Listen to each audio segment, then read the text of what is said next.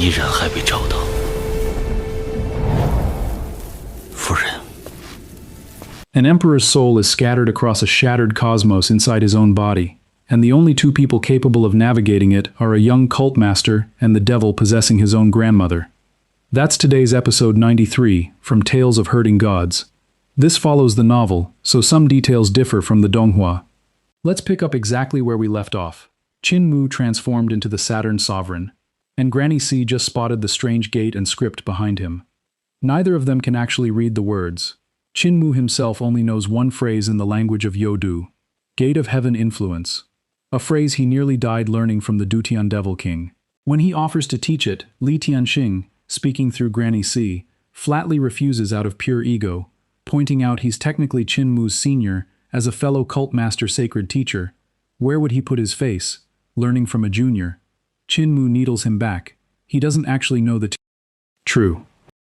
Earth Marquis true technique, does he? And Li Tianxing bristles, insisting there's nothing he doesn't know. Qin Mu just ignores the bait and steadies his mind against Granny C's captivating gaze, which nearly pulls him in on its own. Then he executes the 9 Heaven's Eye awakening skill. And this is where the episode earns its title. Layer after layer of heaven opens behind his eyes, and when he focuses on Emperor Yanfeng, all he sees at first is ruined divine treasures, heaven and earth themselves in wreckage. He lets out a muffled shout, and a third eye splits open between his brows. Not a corporeal human world eye at all, but one that seems to come from somewhere genuinely gloomy and other. The moment it opens, the whole room shifts into something that no longer feels like the human world. Through that eye, Qin Mu finally sees the full truth of Emperor Yanfeng's condition, his souls, his spirits, his primordial spirit laid bare. And here's the cosmology worth understanding, because it's the backbone of everything that follows this episode. A cultivator's primordial spirit forms at the celestial being realm when their vital qi fuses with their souls and spirits, becoming in effect the god standing behind every powerful cultivator at that level. Emperor Yanfeng's own primordial spirit is standing right at the edge of the divine bridge, as if trying to cross into godhood itself. But with his secret realms crumbling around it, that primordial spirit, along with his 3 souls and 7 spirits, has been left badly wounded and incomplete, still being bombarded by leftover destructive energy that keeps shaking his soul loose. Which means even if Qin Mu manages to physically save his body, his souls and spirits currently have nowhere stable left to actually stay inside it. Li Tianxing, watching all this, can't hide a flash of jealousy. He's never learned this eye technique himself, and demands to know if it's genuinely part of the great educational heavenly devil scriptures. Qin Mu, rather than answer, claps his hands with a grin, and proposes something bold. Why stand outside guessing when they can go inside the Emperor's body directly? He explains the method, combining the phantom illusion technique, which hides a person's form in shadow, with the heavenly mustard seed technique, which shrinks and expands the corporeal body to shrink themselves down and slip inside as phantoms. When he needles Li Tianxing about whether he knows these two, the devil laughs it off defensively, clearly stung, and Qin Mu simply grabs Granny C's hand and pulls her along, both of them shrinking into black shadows that tunnel straight into the space between Emperor Yanfeng's brows, who, frozen and sealed as he is, can still faintly feel 2 shadows moving through his own body. What follows is genuinely one of the most vivid tours in the whole story, so let's walk through it properly. First stop, the Spirit Embryo Divine Treasure. Already devastated, its embryo and platform crumbled, the sky riddled with holes, one crack revealing a stark white skull, fresh blood pouring in like a waterfall. And cutting through all of it, a stray sword light slashes back and forth, tearing the place apart without restraint. Li Tianxing recognizes it instantly. Dao Master's own sword will, physically embedded inside the Emperor during their earlier battle. Qin Mu asks if Li Tianxing can remove it, and gets an instant, "Why should I help you?" Until Qin Mu points out he's already benefited plenty from watching genuine teachings of the great educational heavenly devil scriptures, so a little reciprocity seems fair, and if not, Granny C can always help tomorrow instead. That does it. Li Tianxing spreads his 10 fingers, weaving threads of vital qi into a spatial sealing cage, nested infinitely inside itself, layer after layer without end, then hurls the finished cube straight at the sword will, which vanishes into it instantly. Qin Mu genuinely admires the craft. The multiple-side spatial sealing technique. And when Li Tianxing smugly doubts he could actually pull it off himself, Qin Mu casually performs it too, admitting his own cultivation is too weak to have contained Dao Master's sword will the way Li Tianxing just did, but pointing out he's dabbled in the same algebraic principles behind spatial sealing. As two cult master sacred teachers, he says, what he knows can only ever be equal to or greater than what Li Tianxing knows, never less. Li Tianxing snorts in response, though through Granny C's voice, it just comes out charming rather than annoyed. Next, the 5 elements, divine treasure. Where 5 towering Buddhas sit enthroned in the shattered sky in place of the 5 elemental stars. Li Tianxing flicks out 5 threads of devil qi that bloom into lotus flowers beneath the Buddha's feet, instantly withering and igniting them into ash. The Red Lotus Devil Heart Mantra. And challenges Qin Mu to match it. Qin Mu executes his own version for the very first time, and it's genuinely stronger. His Red Lotus Karma Fire purer than Li Tianxing's Devil Flame version, even though his weaker cultivation limits its raw output. At the 6 directions, divine treasure. Shattered and leaking air, half a heaven's worth of Buddhas and gods are still visibly attacking the ruins from within. Li Tianxing can't resist a jab. This emperor is a lost cause, every divine treasure worse than the last. So why is Qin Mu bothering to save someone who'll end up useless regardless? Qin Mu's answer is simple. I have to save him for Heavenly Saint cult. And here's a genuinely touching beat. Li Tianxing doesn't argue further, and quietly moves to clear away the remnants of Rulai's divine art lodged in this chamber instead, murmuring that even though she's no longer the sacred cult master, she wore that mantle once, and she's still willing to do something beneficial for the sacred cult. Qin Mu, genuinely surprised, just nods silently. Then the 7 stars divine treasure. Where the sun and moon should hang, both destroyed, replaced instead by 2 trembling divine swords raining sword qi in every direction. Qin Mu is confused by the name, until Li Tianxing lays out the full cosmology. The twin stars of sun and moon, combined with the 5 elements below, make 7 stars total, and looking down, Qin Mu can see straight through to the ruined 5 elements chamber beneath his feet, the 2 treasures fundamentally linked. Once a cultivator reaches celestial being realm, they can perceive 6 directions from outside the spirit embryo, the 5 elements arranged across the sky with sun and moon crowning them at the very top, the true poles of heaven and earth.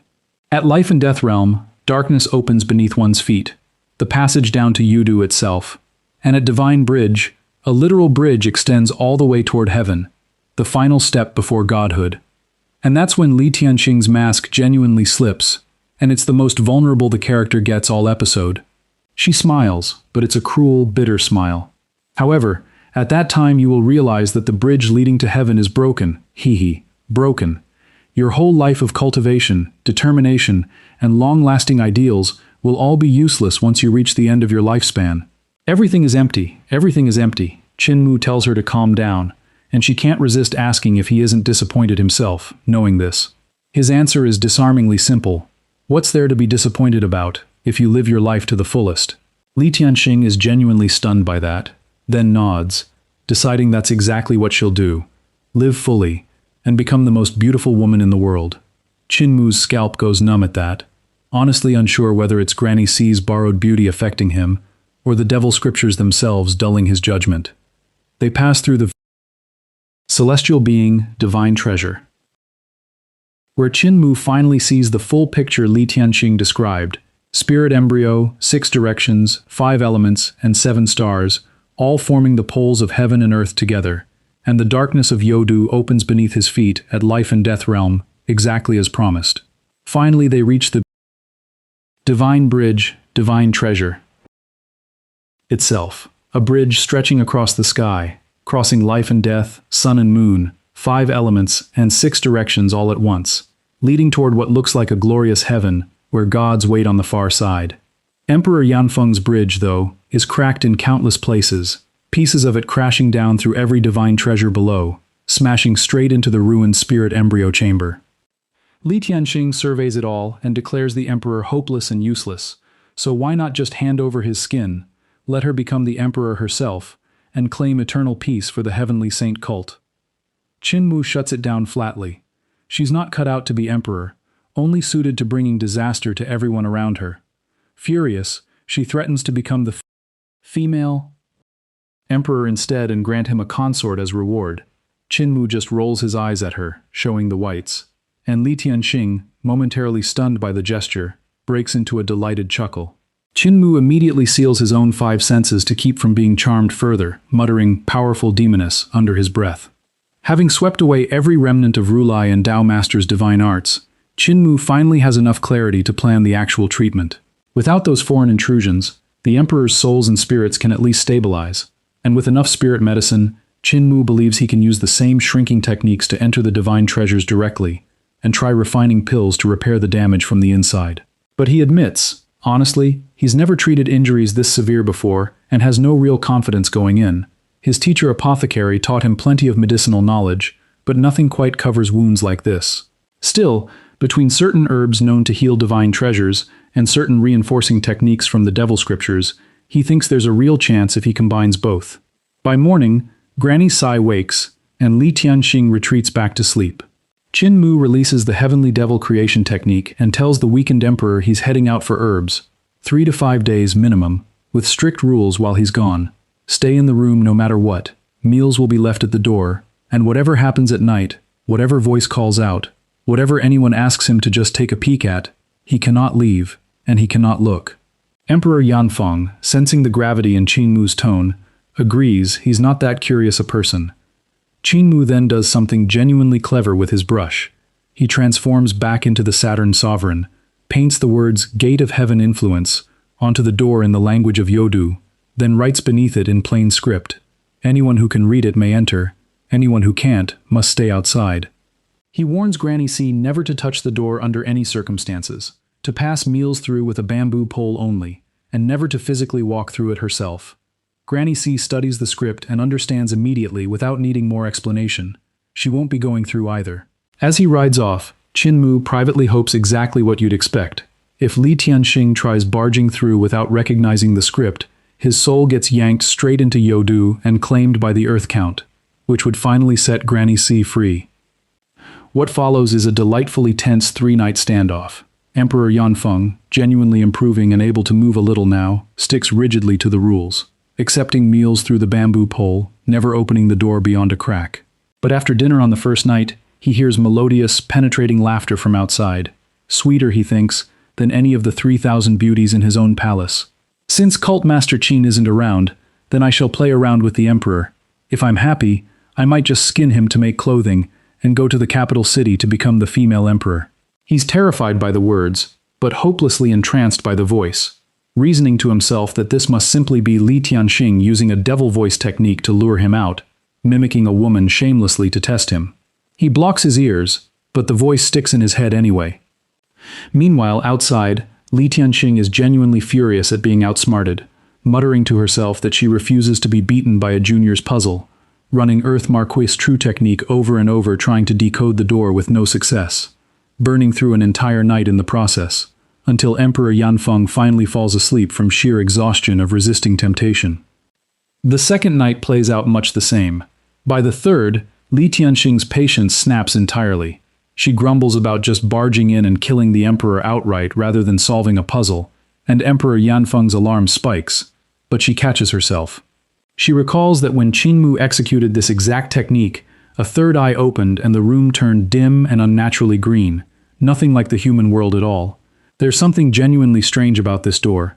It might lead somewhere else entirely, and the brat, she decides, is clearly scheming something.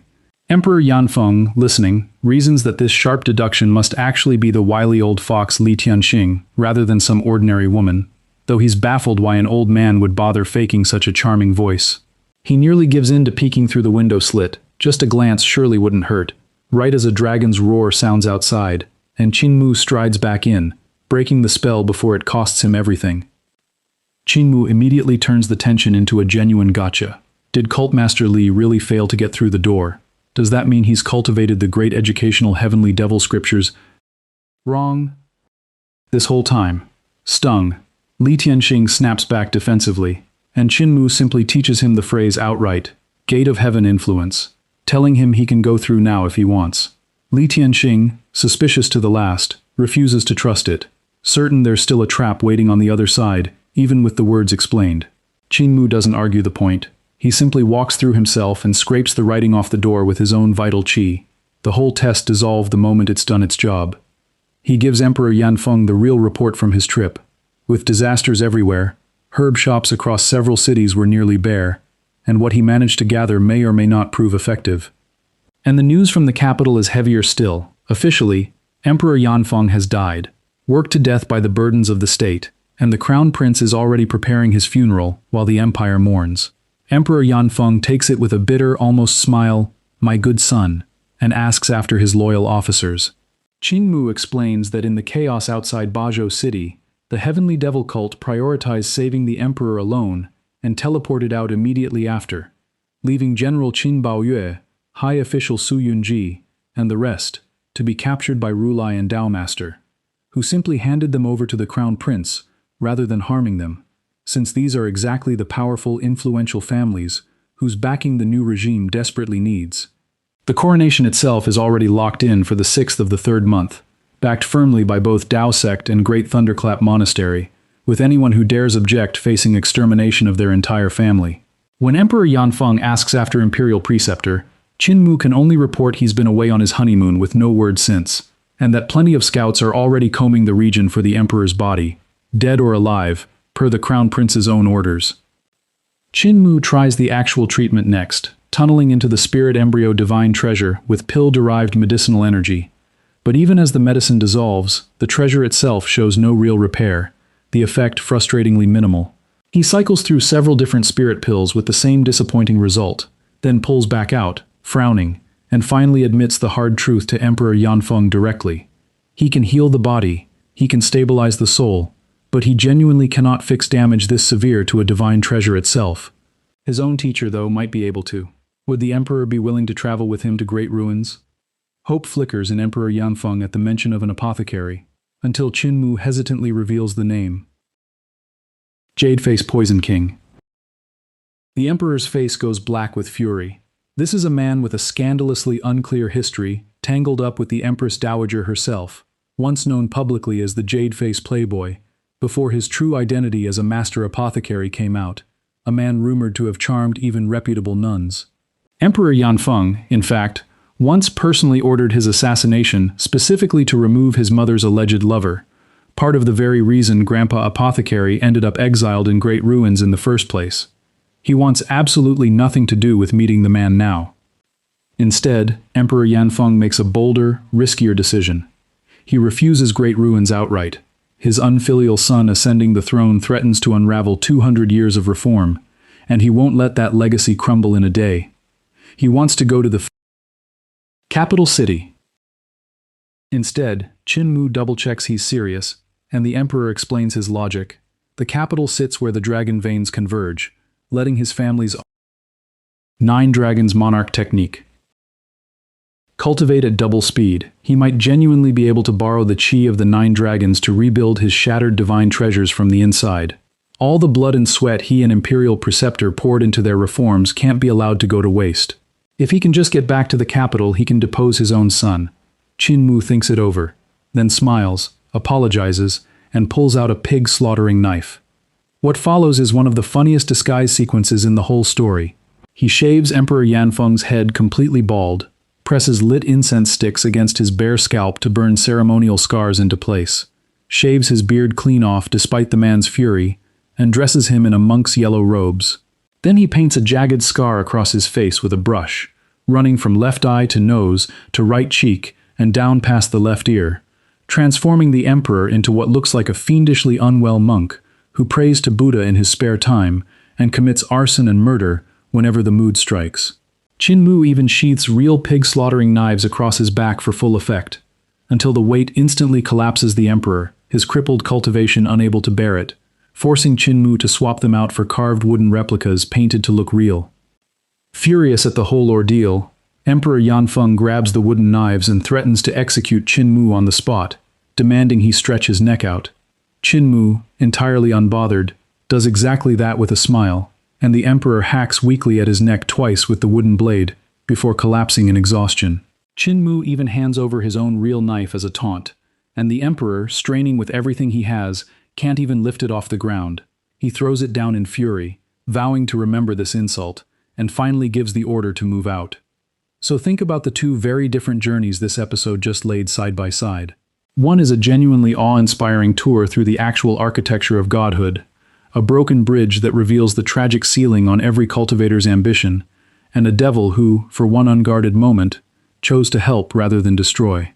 The other is pure, undignified comedy, a once untouchable emperor stripped, shaved, scarred, and dressed as a fake criminal monk, powerless to even lift a wooden knife in his own defense.